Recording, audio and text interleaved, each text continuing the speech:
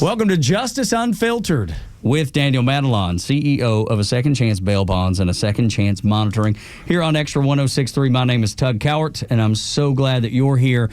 We talk about all kinds of things when it comes to the justice system. We have incredible guests. I mean, some people that you know from your community, some people you know from just being incredible as far as their visibility. Dog the Bounty Hunter, anytime you bring him up, everybody knows exactly, Daniel, who we're talking about. That's right. That's the type of guests that we have on. And some that make your community better. And today, that is one of those people. Major James Bullock, a guy that started out as a uniformed patrolman to leading the Office of Professional Standards in Marietta. Your approach to developing ethical leadership and accountability, trust within the law enforcement agencies has been incredible for definitely this area, but I would imagine across the state too. And we'll get into some of that. Major Bullock, thank you for being here. Thanks for having me. Gosh, it's a good day, Daniel, when you get somebody of this caliber in. Yeah, a lot of experience and wealth of knowledge. So, well, let's start before we get into the heavy hitting. What was it that made you go, you know what, I think I want to be an officer? Well, I'll tell you, so coming out of the Army, didn't have a job. Thank you for your service, by the way. God bless you. So yes, thank you for your service. I didn't have a job and got a job doing store loss prevention, right, in a department store here in Cobb County, Mervin's department store, which is gone now. But that I had a young man there, a good friend of mine. He wanted to be the Cobb County Police Department police officer. Wanted his whole life. That's all he wanted. Convinced me to go take the test, and unfortunately, he failed the test. I passed the test, and they were hiring. Are y'all still friends? We are. Many years later. He had a great career in other places, but it wasn't here. That's so good. When you started policing and you started your career, did you expect it to be this long and this decorated? No, not at all. You take a job. At first, you think, well, I'm taking a job, right? And you come out of the Army and your service, your mindset service, and you go, well, this is still service, and it's a real job, and so you go, oh, let me try this. Maybe I like it because I never thought about law enforcement as a career, and then I fell in love with it because it's the best job ever, and you have to do it to understand it, but it's not for everyone. But if you do it, you'll find that it's the one thing that sets you free as far as a person. If you like service and you like serving people, then the door's wide open. You can do it in any form or fashion you really think about in law enforcement. And that's one of the things that a lot of people don't think about us as law enforcement officers. Yeah, it is. It's a special fraternity, I would assume. Kind of like the military. Well, it's true. Absolutely. It is a special fraternity, but the job itself, it runs the gambit, right? So there's never any 2 days alike. There's never any two calls that are alike.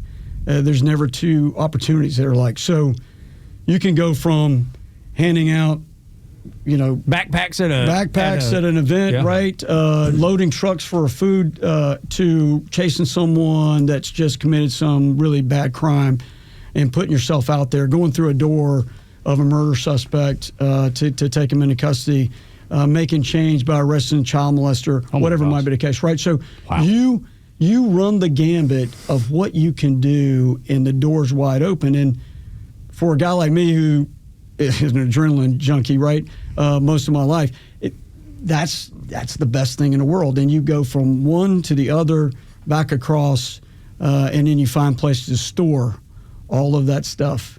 That's the thing that we're finding in law enforcement now is how do we store that stuff, right? And when you say store that stuff, you mean the experiences, sure, good and bad? Oh, absolutely. Probably more particularly bad. Because that builds over time, right? I mean, it does. Somebody who's been there a long time, I mean, no telling. You've seen everything and the worst of the worst. Right.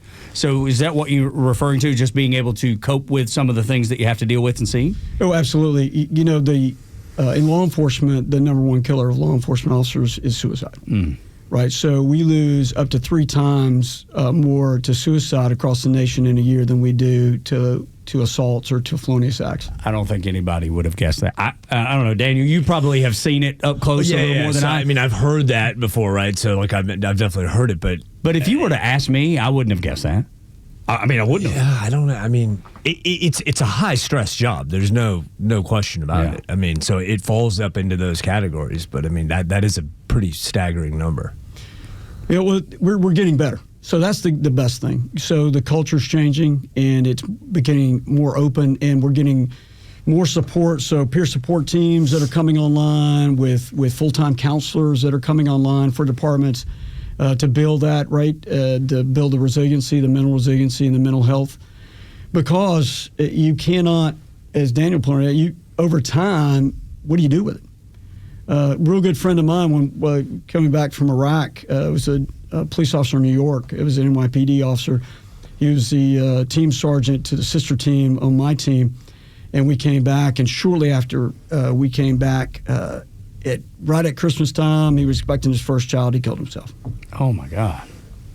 That's so unbelievable. Yeah. Well, because I've often wondered, like, even with people that, I mean, I've been in this 20-something years, but even on dealing with the family. So, like, when the police, they're arresting the people, right? So on the backside, when we're dealing with the bond side, you're actually digging into some of these cases and, like, these charges and some of this stuff. And we're not there to represent them in any way, but it naturally bleeds into the conversation because we're determining the risk and assessing all this stuff. So we're dealing with this, you're like problem solving just very dark things, I guess is the best way to explain it. Do any of your staff deal with, do they struggle with that? I've mentioned it, of course, because it's always on the forefront of my mind because I talk to people like Major Bullock and, you hear the things around town. So you're like, hey, I check in and say, hey, are you guys okay? Everybody seems to be, but the problem is everybody's going to say yes. Right? I mean, they're right. We're programmed as people to say yes. So how do you balance that, right? Yeah. And so what do you do for your office? How do you make sure that the folks in your office are really okay? I think it's awareness and communication, and having that open line of communication. So if someone did have an issue, they could, But do I have some perfect setup? Absolutely not. No, I don't. But that's, and maybe that's something. But I've always talked. I've always asked about it and looked into it because I think it's valuable because everybody has to have an out of some sort. In everything in life, So yeah, I think I've never thought about it in Daniel's. Nor have I. Right, and we've been doing this show for 2 years. Yeah, because you have to. Little confession of mine. So you talked about dog. We were coming on. You were talking about dog bounty hunter. Yes, sir. On, right? Yeah. So cool. One of my favorite. So I don't watch police shows. I just don't do it. But I do watch dog bounty. So it's one of my favorite. So. But what those guys do is they go out. They're not armed, right? So they're not armed, and they go after some of these folks that they're going after that have skipped bail or skipped bond. They're pretty dangerous folks, and they go after them to pick them up, and you never know what the outcome's going to be. So that stress and that pressure that's put under a bail bondsman has got to be enormous because you don't know what's coming, but yet you're under pressure from the boss, right, to get that person back. And ultimately, like for me, like I want the person. Like I'm not wasting the officer's time, right? Like they're out here putting in the work, building the kit, whatever. So my job is to make sure the person shows up, right? So they're coming to court, as far as I'm concerned. By one way or another. Because I have a lot of respect for PD and the work that they do. Now I'm not saying the person's guilty, not guilty. That has nothing to do with me, right? But your job is to make sure they're there. Right, but ultimately to make sure the process is, I didn't know that your guys were unarmed when they had to go out. I had no idea. Well, not all of them. So, like in the dog situation, well, I mean, he's because of his scenario. That's why. But and if you're not authorized to carry a firearm, then that's a whole convicted felon, things of that nature. Yeah. Then that actually make a little bit more sense. Let's talk about your approach to ethical leadership, accountability, and trust within the law enforcement agencies. I would imagine the officers, for them to go out there and do their jobs the way that they've been trained and the way that they're paid as an officer to do, they have to know you've got their back. Well, that's true. Okay, so it starts, we talked about culture, right? So trust starts internally and then extends externally, right? So when you talk about ethical behavior starts as a culture. Right, it starts with a leader, and you have to see ethical behavior displayed. You have to understand the ethics of whoever is in charge, and then that bleeds down, right? And trust is the same way. So they have to trust that you are giving them the latitude and the trust to go and do their job. And then at the same time, they have to understand that you hold them accountable, right? And it's the same thing for the community. The community has to know that they can trust us, and that starts with our behavior, right?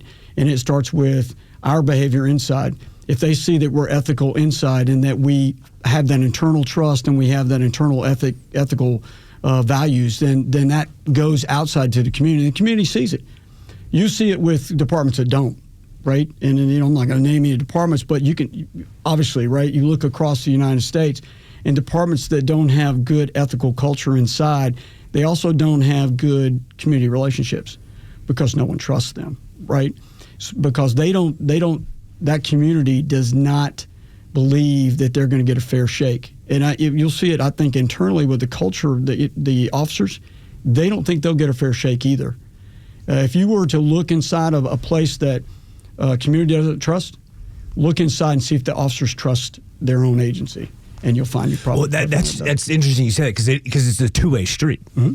I mean, that is a two-way with officers street. and community. It's got to be. I would imagine that as an officer, if you don't feel like your folks have you back, then you're not going to do the job that you're there to do. Well, you can't. And you can't do that job. I mean, mentally, I don't know how you could. But then, I guess you could, but I don't see the community loses trust because they see you not doing the job that you're there to do. So I see where that's a two-way street, and how you foster that environment will be part of the conversation that we continue with next on Justice Unfiltered. And then some of Major Bullock's background in national security and counterintelligence. Things about to get juicy here on Justice Unfiltered with Major Bullock and Daniel Matalon of Second Chance Bail Bonds. My name is Tug Cowart. This is Extra 106.3. Welcome back to Justice Unfiltered on Extra 106.3. My name is Tug Cowart, along with Daniel Matalon of a Second Chance Bail Bonds and a Second Chance Monitoring, along with James Bullock. He is a major at Cobb County and a criminal justice expert. But before he was that, he was also working in counterintelligence and national security for nearly 3 decades. Dude, the stories that you must have, Major Bullock, are there any that you would like to just come out of the gate with? You know, just if you want to hit a home run, just out of the gate, go right ahead. Feel free. Well, so first of all, so counterintelligence, right? Most people don't know what it is. Right. It sounds like a good TV show. Yeah. And if the Navy got a hold of it, it'd be even better. Right. That's right. So counterintelligence, right? What they do, what we do, and it's obviously it's kind of three things, right? So they collect, they exploit, and they neutralize, right? And what does that mean? Well, their job, or our job, was always find the enemy. Find what the enemy's trying to do to us and stop the enemy from doing what they're planning to do internally, right? So leakage is the thing that causes us damage, right, in the United States. And you see it. So you guys watch the news, and every time we have these crazy leaks, right, where does it come from? And you see how much it hurts us national security-wise.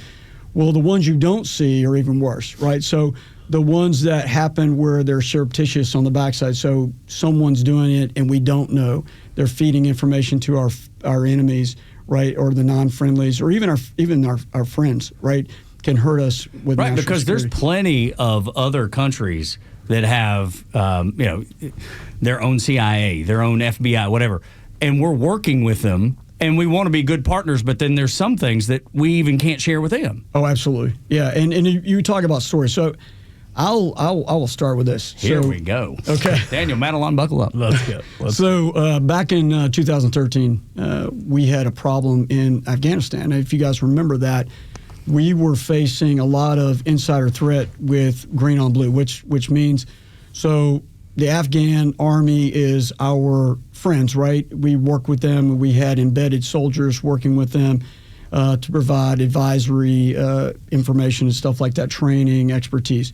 So they're green. They're the green forces. We're blue forces, right? Because that's us. Okay, so we had our forces embedded with our friends.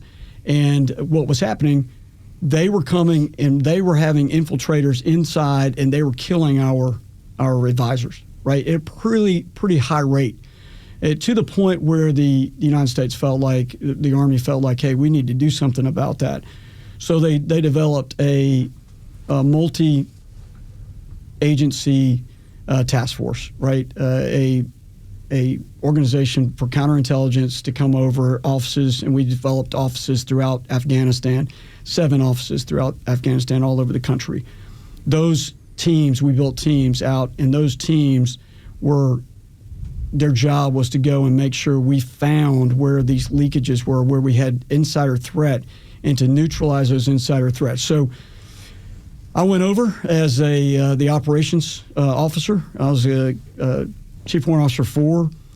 I didn't necessarily, I was actually going to retire at the time, but a real good friend of mine, General. Drug you back in. Right, General, he called me. He said, your retirement papers are on my desk. And he said, but I got good news and bad news. You're not retiring. Wow. Sorry. What a thing to be told. Sorry. And you're going to Afghanistan. Oh, my heavens. Yeah, right. Where's the good news? So he said, hey, I have a special, we have a special job, right? We got, you're going to set up a team. You're going to set up a multi-agency team. We had NCIS, we had Marine CI, we had DIA, and we had Army CI, and our Air Force OSI. So we had a task force. We went over. Our teams were made up of multi-agency folks, and we went in, and what they did was phenomenal, right? So what they did is they built out what we were just talking about. They developed sources inside. They collected information. They started to identify these bad elements, these insider threats, all the way up to Afghani generals. And we slowly, methodically took those individuals out of the play, right? From prosecution, there was some prosecution. There were some other means that we facilitated across the board with our friends in Special Forces. And we were able to neutralize that threat to a point where when we left in 2014, by the end of 2014, they disbanded the unit, the task force, and the insider threat had gone down to a point where they didn't need us any longer. And how many young men on specialized teams, because the biggest threat there was our special forces, right? Because they were the most embedded forces. And so we were there really to protect them, and then through them, working with them, we were able to neutralize many of those threats to the point, like I said, they disbanded us and turned it around. But that's when we had a turnaround in Afghanistan, right? We started to see less attacks on our soldiers, our sailors, our airmen. We started to see a better environment, and we held that environment to the point then until we left Afghanistan. Not the best way, but we left Afghanistan. Well, right? I've got plenty of opinions on that as a Navy guy. So that's that one there. One of the best ones I can tell you from that time there in Afghanistan was we had a team up in the north. That team identified Afghani general, as I said, but of course it's an Afghani general. So how do you take out an Afghani general without disrupting the political atmosphere? We had to do a lot of work. We identified the individual, but then caught the individual engaged in a agreement outside with the Taliban, and then caught that individual. Traitor. Yeah, absolutely. And then caught that individual outside with the Taliban. Unfortunately, for some of the Taliban members, it didn't work out very well for them. But it didn't work out for him either. The Afghani army dealt with him, Afghani national, and he was imprisoned. So he went from being a general to being imprisoned by the Afghan national army.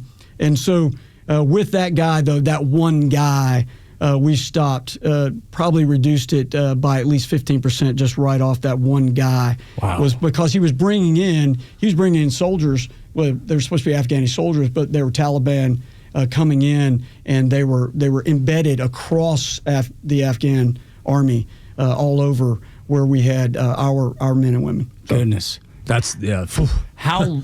What's the span of time from here's you getting your new orders to disbanding the task force? We got. I came on board. We started training in 2012, and then from there to 2014. Okay, so a couple of years. Wow. Yeah. And then did you ultimately retire after that? No, so, No, of course not. What a silly question, Daniel. Yeah, why? Right, Why would right. you do that? Why stop now? Why? Well, that's so you say that. So I came back, and the same the general that had been in that seat had moved on. He was the commander of the MI Readiness Command. He had moved on to another command, and then coming in right behind him was another friend of mine who I'd been with in Iraq as a junior officer, and so he'd now become the general of the MI Readiness Command. He said, "Hey, have you thought about coming on board as the command chief warrant officer? Have you thought about applying to that?" And at the time, I was working for a JSOC assignment down in McDeal, down in Florida. Mm-hmm. And so I said, no, I hadn't thought about it. Well, I put in an application. I got the job. Best job ever in the military, because you reach to that point where you have influence, right? Influence, and you can be positive. Absolutely. Yeah. That point where you can actually make change happen, right? And we had a great opportunity there. Incoming new generals changed out.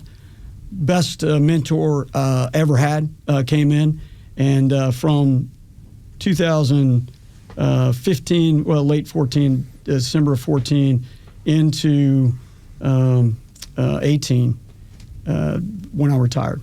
That was my assignment, was working with the men and women, all the warrant officers, 500 plus warrant officers in my Readiness Command across all segments of intelligence, changing and building that program to have the best leaders that we could across technicians across the spectrum. What is one thing that you did in that role that you saw the biggest change or the biggest influence positively that you had?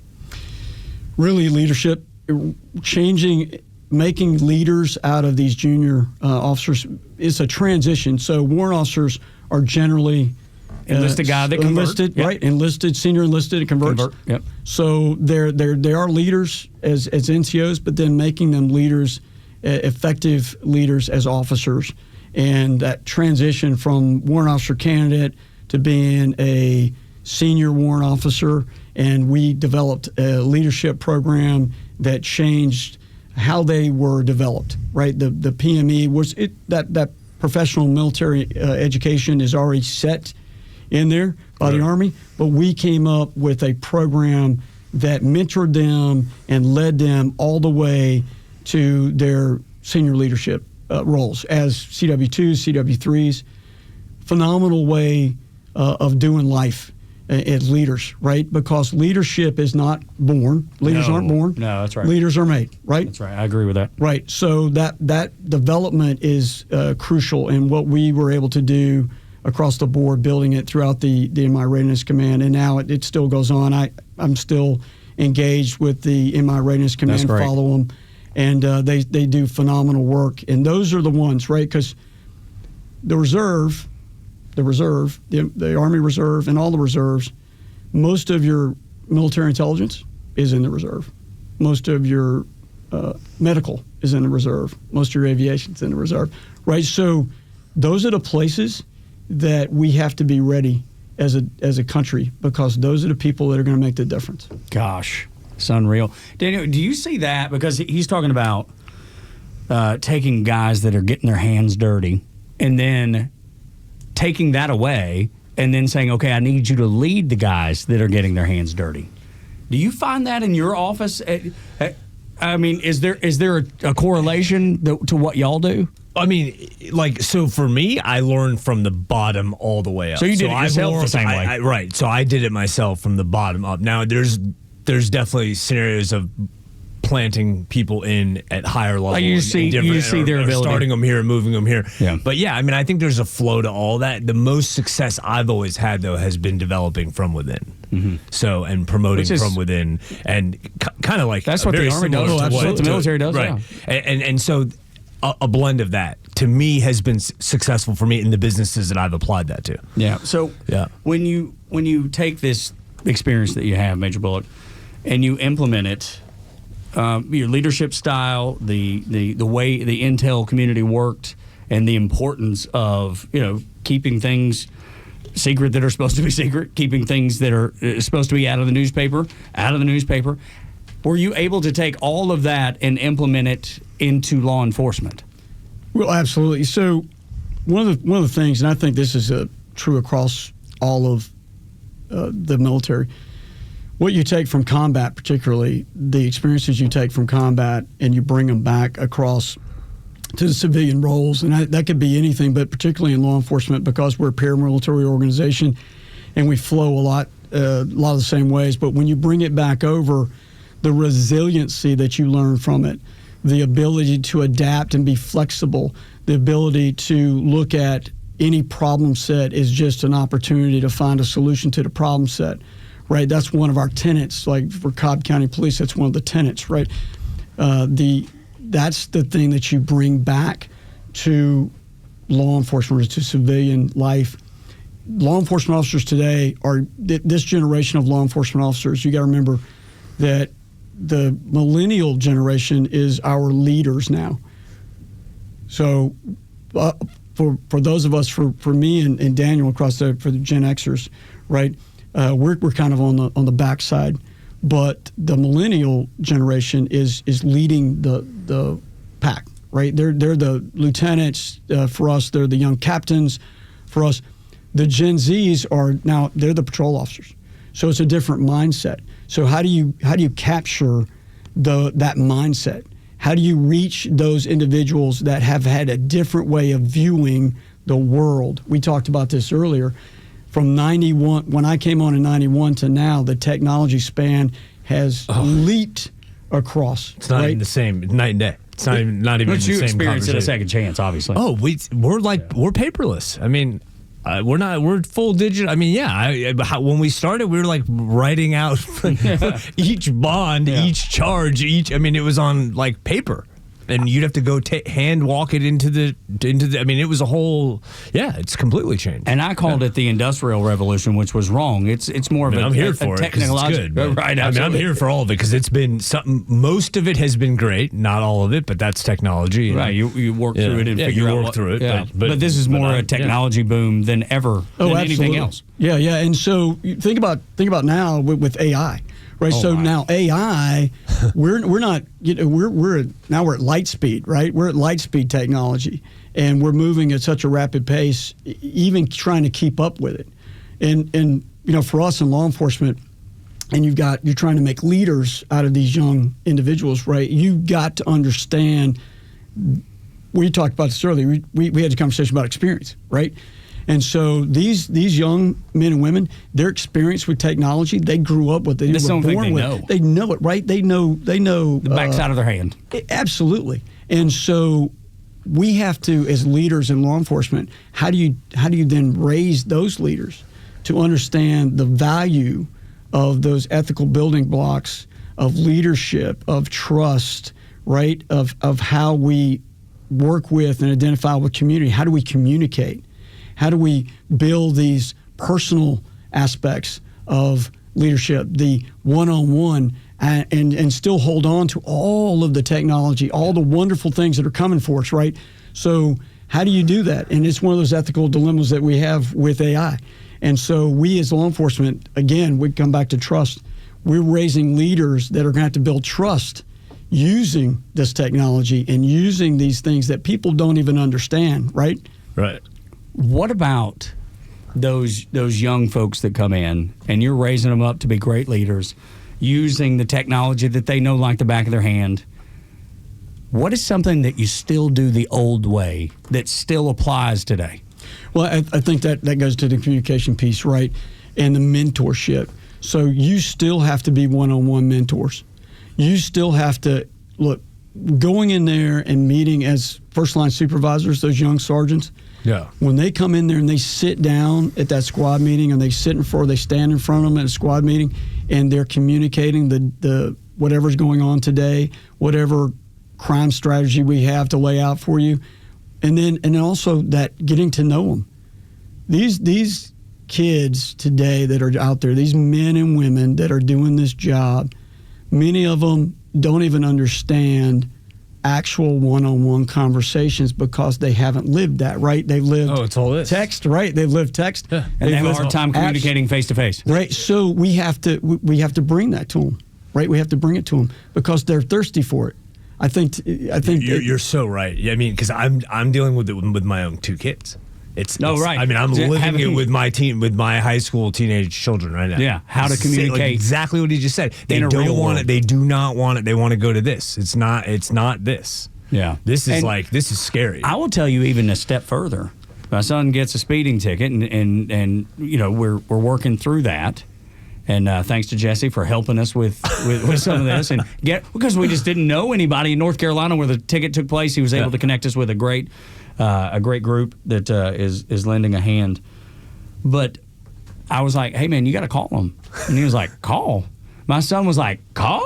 Right. You want me to call somebody?" Yeah, it's like I don't call anybody for anything. Like you better. I don't call home from college. Right. But that's just another example. It's true, just though. Another example of how. And that's the challenge that I have because I was like, oh, I'm never gonna let it catch me. I'm not. As I get old, I'm not gonna. And it does literally anyway. in the last 12 months, I have surrendered. Okay, and it's true. This stuff happens. It's real, and it's reality.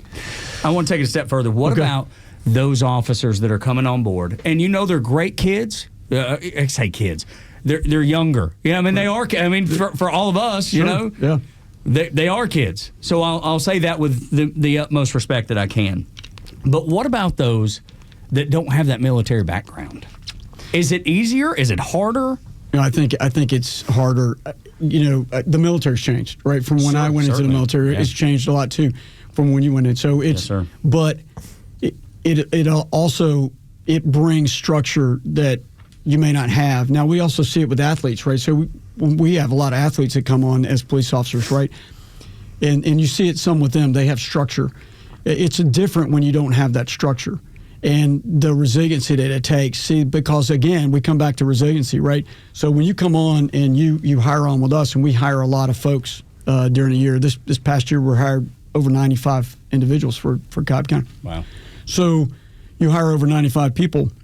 They come from all these different walks of life, but the ones that come in that don't have that background military, that don't have maybe athletics as a background, it's very difficult for them because we're about to introduce them to a paramilitary organization. We're about to introduce chain of command. Chain of command. We're about to introduce them to some physical fitness, right? So you're in the resiliency it takes to do physical fitness every day, right? The resiliency it takes to go in and do defensive tactics every day, to get someone handcuff you multiple times, to roll you over in jiu-jitsu, right?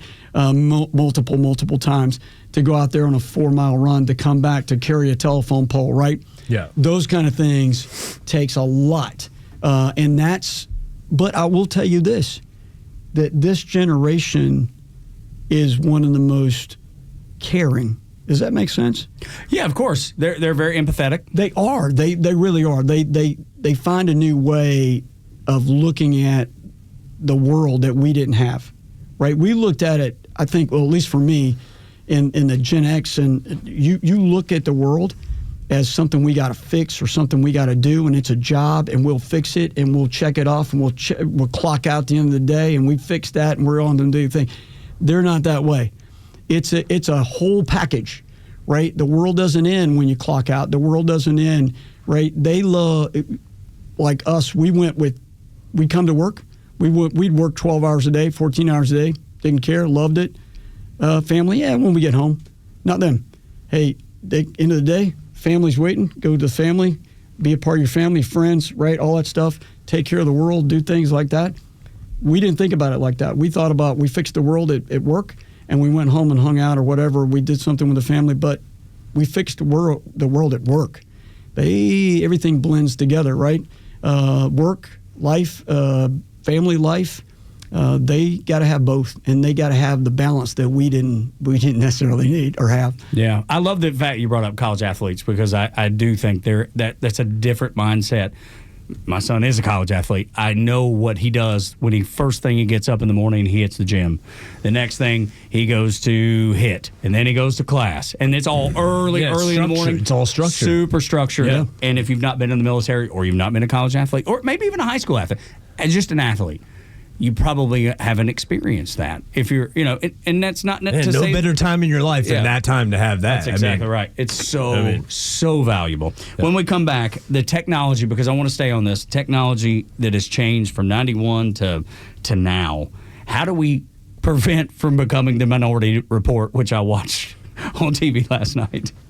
When we come back with Major James Bullock, also Daniel Matalon of a Second Chance Bail Bonds and a Second Chance Monitoring. My name is Tug Cowart. This is Extra 106.3. Welcome back to Justice Unfiltered on Extra 106.3. Our guest, Major James Bullock, Cobb County Police. And we've got Daniel Matalon, of course, the CEO of a Second Chance Bail Bonds and a Second Chance Monitoring. My name is Tug Cowart. I don't want to turn into Minority Report. I saw that movie last night. I mean, it's like using technology to guess what it is you're going to do. I want to avoid that. So I want to talk to you about that, Major Bullock, but then how that bleeds over into internal affairs, making sure that everybody's on the up and up, everybody's doing the right thing. Sure, great.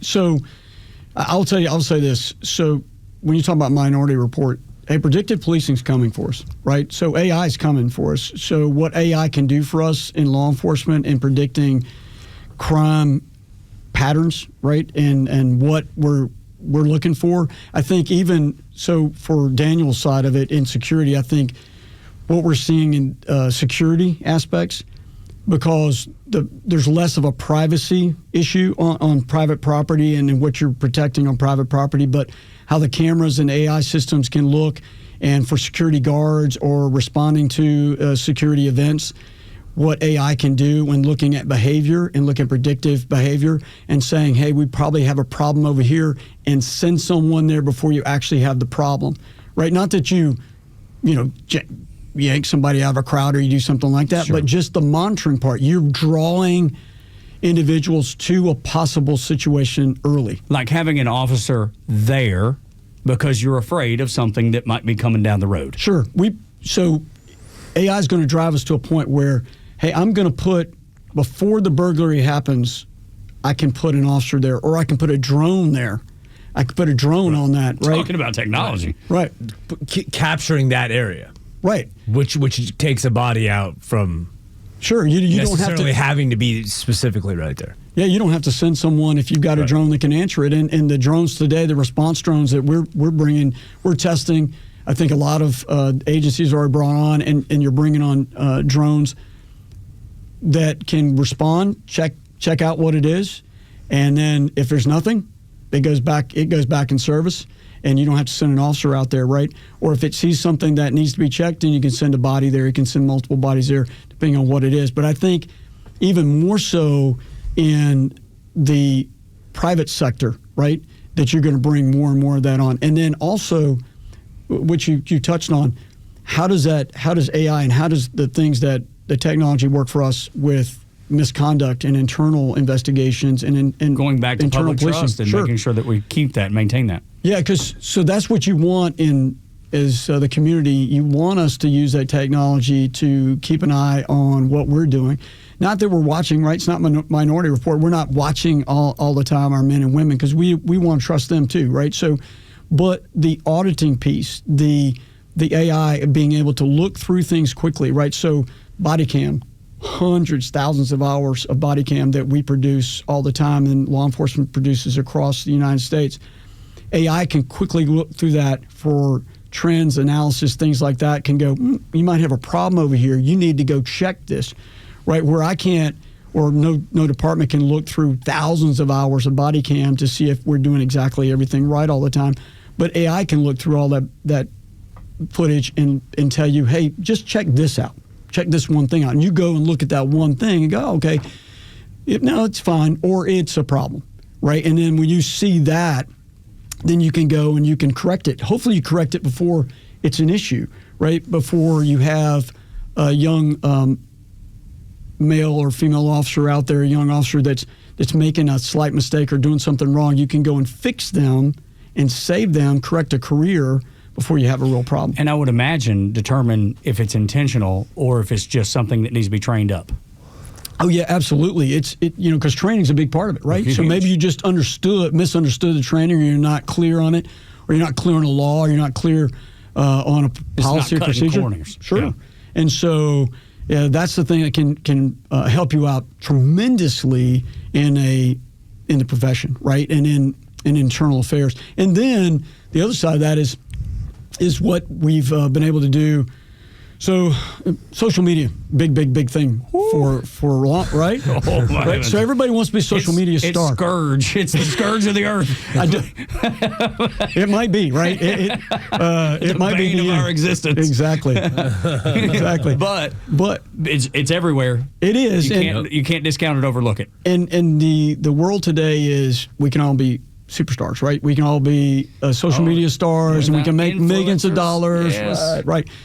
Which may or may not be the truth, right? So, but everybody thinks it, so they see it. So we do have in the law enforcement, you can have these same young people that are out there. They're in law enforcement, so that opportunity they think they have to go out there and be superstars, and when they take their position as a law enforcement officer and they use that as their right. stardom launch. Right, we have to protect them not only from themselves, but we have to protect the brand, right, of law enforcement. We have to protect the brand of our departments. Sure. And we have to be able to do that. But again, hey, I've got just in my office now. I have a large office for where I work. But some of the departments have nobody. Some of the departments, the gal that's the internal affairs investigator is the person that's also the person that does fleet maintenance, that does, is the patrol lieutenant. It's also this. So how do we do that? Well, technology is going to do it for us, right? So technology goes out there, all your accounts, your folks come in and they give their, whatever their handles are, right, for their accounts. And then technology, AI goes out there and scours all of that and tells you if somebody shows up in inappropriate or maybe inappropriate, right? And then you have the opportunity to go out there and look and then maybe save them from themselves, save your brand, save their, themselves, right, from a costly mistake, a career-ending mistake. But that's also for what community wants, right? They want our law enforcement officers to be the highest caliber, right? And so some of them, we all make mistakes. We all make bad choices, and we want to protect them from those bad choices as much as we can. So that's part of technology, and then, of course, you can't hide anymore, right? Yeah. So your phone. So if you say, "Hey, I didn't go there," or "I didn't do that," well, your phone says, "Yeah, you did," right? It pinged. It says different. Absolutely. And then of course all of our systems, our camera systems in the cars and stuff like that, they're all tracked as well. So technology also does that for us. And then the tried and true old technology, because I'm a human guy, right? So counterintel guy. So I'm all about the conversation. I'm all human about intel, by the way. Right, yeah. Human intel. As a guy that worked a little bit in intel. So I'm all about the conversation. I'm all about the relationship, and I'm all about building that and learning. So we go back to the old school stuff, the interviews and the things that go along with that, but also the technology that goes in with the interviews. So the future of technology is you take an interview, and like we're all sitting here together, and if we were taping this, the patterns, the things that we don't say, the things that we do say, how we stress, things that we stress, those patterns, AI can look at it and analyze that and tell you where, hey, is there a possibility that there's not truth in there? Is there a possibility that's fabricated? Right? And then we've got the tried and true old polygraph and stuff like that we still use. So Holy cow. It's dangerous. It's so dangerous. It's dangerous. And so helpful. And so helpful at the exact same time. Absolutely. From your business, it's been very helpful for me, but it has also been completely not true. That's right. It's just not true. So, but it's a work in progress. Indeed, it is. But it's definitely got its value for sure. We got to have you back, Major Bullock. I mean, we just scratched the surface. I feel like we never got into the There's so many more avenues that we could go down. Yeah, no doubt. So I hope you'll come back and join us on Justice Unfiltered. Well, absolutely. It's been a lot of fun, and this is a great conversation with two great guys. Well, you're very kind. Yes, thank you. For the Major and Daniel Matalon, I'm Tug Cowart. This is Extra 106.3.